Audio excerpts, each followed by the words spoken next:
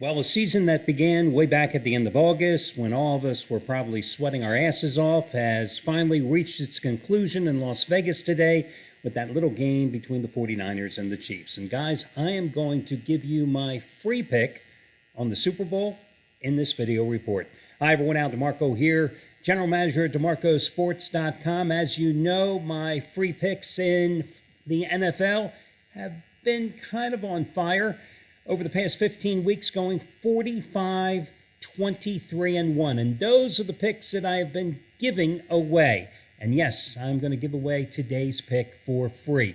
Listen, in this industry, the Super Bowl, most guys sell their soul. They prostitute themselves because they know when they come with the bigger and better proposition on today's game, they can make a boatload of bucks. I have never sold my soul, never prostituted myself. I'm not a slave to the Super Bowl, especially because when you come to my site and you happen to look at my packages, like a 7-day package, a 30-day package, they are not based on days. They are actually based on the number of plays. It's 7 plays. Those 7 plays might come over 7 days. They might come over 10 days. And as I've told you over the past couple of weeks, I am not enamored with this game. And the basic principle has always remained the same. The Super Bowl is just another game. It's no more relevant, and the betting opportunities are still the same, 50-50. Somebody wins, somebody loses, as opposed to any Mid-American Conference game between Bowling Green and Ball State in the middle of November. It's the same exact game. And I wouldn't bet that game, and if you paid me, I wouldn't bet this game. Now, I'll be watching it as a fan, just like you out there, but I won't be betting it. And to be honest, at best, this would be a 5-dime play. And as you know, if you're a customer of mine, my plays are rated between 5 and 15 dimes. I try to keep it a very narrow rating margin because I want you to know exactly how much I like a play. How many 5-dime plays have I had this entire college and pro football season? 0. So I'm not going to start having one today. Thus, I'm going to give you my selection for free. Now, I will tell you, if you're looking for somebody to get the play from, there are 2 options, and they are both over half price off, and the guys are on opposite sides. Rick Torino, who has just been tremendous in NFL and college football action since he joined the site 2 years ago, has today his career football 100 dime all-in max wager winner number 30 out of 43. Yes, 30 out of 43 over the past 2 years. And it's playoff winner number 6 out of 7. He is on one side of the game. Now, Steve Budin, who has his Baltimore crew, who he has been using since day one, since his plays have been available here on the site, going back to the start of the preseason, it is NFL winner number 20 out of 27. Sunday winner number 15 out of 19. He is on the opposite side. So I've discounted them the exact same price. They are equal today. You buy one, you know who the other one has. That's how it is. Those guys are the 2 hottest in the NFL at the site. You can check it out over at DeMarcosports.com. Quick word about proposition plays. I did something last year where I took all the handicappers, all their proposition plays, and I incorporated them in one total package. And all the guys went 19 and 10, and you got all their plays for a whopping $29. Well, today, all the guys, 23 proposition plays, the same deal, $29. And it's not just the plays, it's the analysis behind the plays as well. They are available over at the site, too, at DeMarcosports.com. And just a quick word about proposition plays before I get to my free selection here.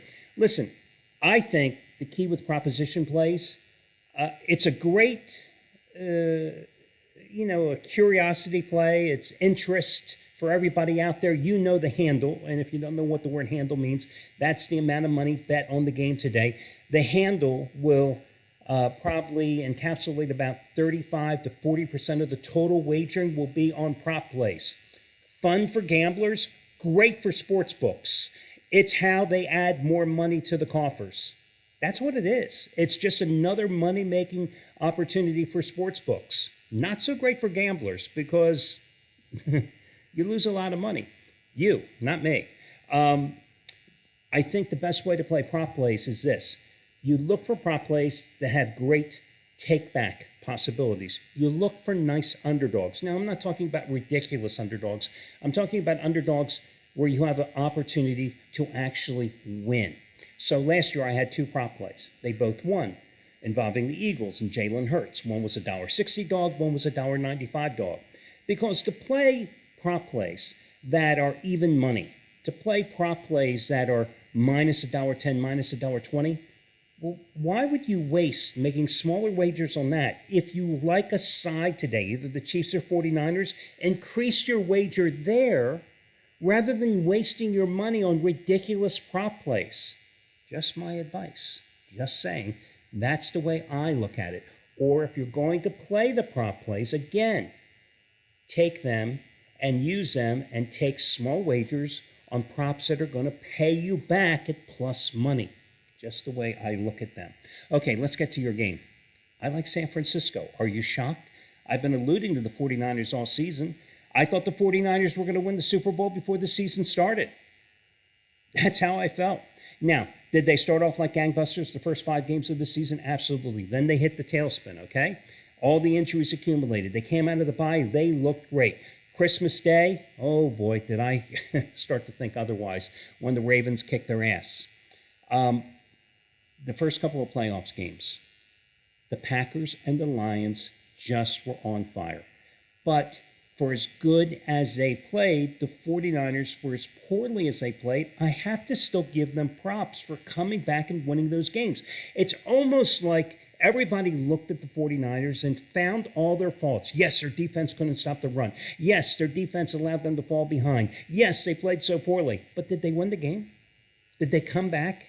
Yes, they did. Meanwhile, the Kansas City Chiefs played poorly all season long. How did that team lose to Denver? How did that team lose to the Raiders? Right? So suddenly, in the Arctic frost, they beat a South Florida team, the Dolphins, right? A Dolphins team where Tyreek Hill was injured, Jalen Waddle was injured, half the team was injured, they're not built to play in the snow. Okay, they beat the Dolphins easily. Then they go to Buffalo, a Bills team that their linebacker core was devastated by injuries. Their secondary sucked. They managed to beat the Bills, come back and beat them. Okay, they got the job done. Then they go to Baltimore. Now, granted, I thought the Ravens would win that game. The Ravens suddenly, all season long, Todd Monken, offensive genius, Lamar Jackson, finally playing up those capabilities. The Ravens, their MO is to run the ball.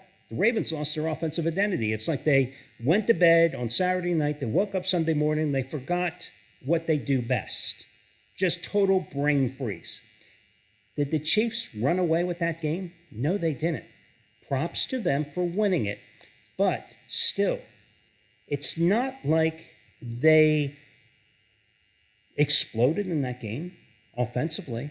They were able to sneak out of Baltimore with a win because the Ravens, I think, more lost the game than the Chiefs won that game. Did the Chiefs' offensive problems that they suffered all season long suddenly disappear? No. Did Travis Kelce suddenly rediscover his game? He sure did, because Patrick Mahomes targeted him, I think, 27 times, and he has had a great postseason. Has Pacheco had a great postseason running the ball? Absolutely. But so has Christian McCaffrey, too. I think the key in this game is going to be that the 49ers are not going to sit back and they're going to come out aggressive here, because I think they have learned their lesson from past failures, and they realize that they cannot let the Chiefs dictate the tempo of play here, and they've got to attack. And I think the key player in this game is going to be Deebo Samuel. Now, he was injured, of course, as you know, the shoulder injury. Only played 9 plays in that first playoff game against the Packers, and he was not himself against the Lions. But the 2 extra weeks rest has certainly allowed that shoulder to heal. I think that he is the most dynamic, electrifying player on the field today, and the 49ers are going to use that to their advantage. And why wouldn't you? Also, I think the 49ers today are going to run the ball relentlessly, because the best way to solve the Patrick Mahomes issue is to keep Patrick Mahomes over on the bench and let him keep watching the damn game unfold. I don't think this game is going to be low scoring either. I think it's going to be somewhere in the high 20s to low 30s for both of these teams. I like the 49ers in this game.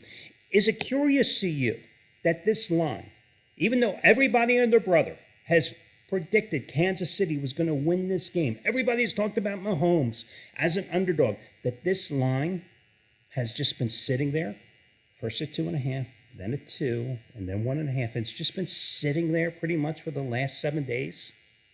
Kind of curious, isn't it? Again, I like San Francisco. I'm not betting the game. I'm not releasing it as a paid play. It's a free selection, but I've been pretty good with these free picks, right? And again, I just believe that you always stick to your first inclination. It's when you second guess yourself, you're guaranteed to lose. So I'm sticking to my guns. I love San Francisco initially, and I'm riding the 49ers today. Guys, I wish you well, but I will just give you, again, a word of caution. The 3 type of gamblers, and I've mentioned this many times, that bet the Super Bowl. Number 1, it's you guys out there that have been betting all along. You know what you're doing. Number 2, it's you guys out there that were betting in September, maybe in October. You lost a fortune, and you're coming back today because, my God, it's the Super Bowl. It's the Chiefs and 49ers. I got to fire up the 80-incher and watch this damn game, and I got to have money on it. Oh, that's not the way. Betting from a deficit, trying to get it all back, yeah, that's usually how you get even deeper in that deep financial abyss from often where there is no escape. And then gambler number 3 is the casual gambler that, is betting it because, damn it, it's the Super Bowl. And you generally probably are betting money that you shouldn't be betting in the first place. So just a word of caution. Just because it's a Super Bowl doesn't mean you have to treat it as the biggest game of the year because, again, it's just another game, a 50-50 betting opportunity. I wish you well, guys. Good luck. And, hey, I'll be here tomorrow with basketball. Take it easy and enjoy the game.